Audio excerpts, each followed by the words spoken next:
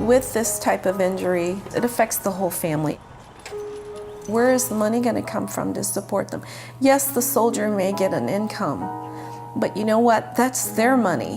What happens to the parent or that's taking care of that young man or woman?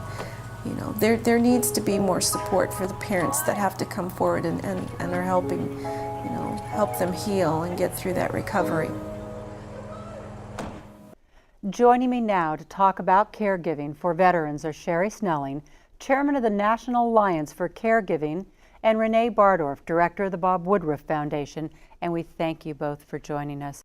What are some of the unique challenges then of this kind of dynamic? I mean, here's a young man and Sure. it's the mom or the wife Right. taking care. Well, in this story, I think you see also the grandmother is pitching in. So you have a mom in her 50s, a grandma in her 70s. Everyone is pitching in.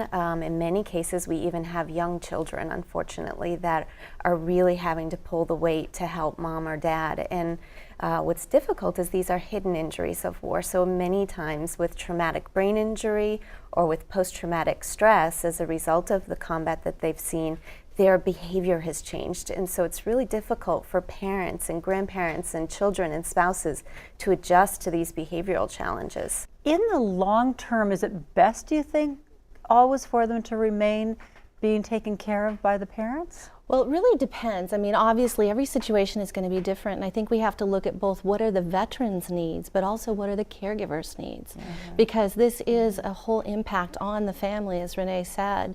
And what we worry about so often is that the caregivers often neglect their own health and wellness needs, and they become so overwhelmed they aren't getting the support they need, and so we need to look at both sides of the story.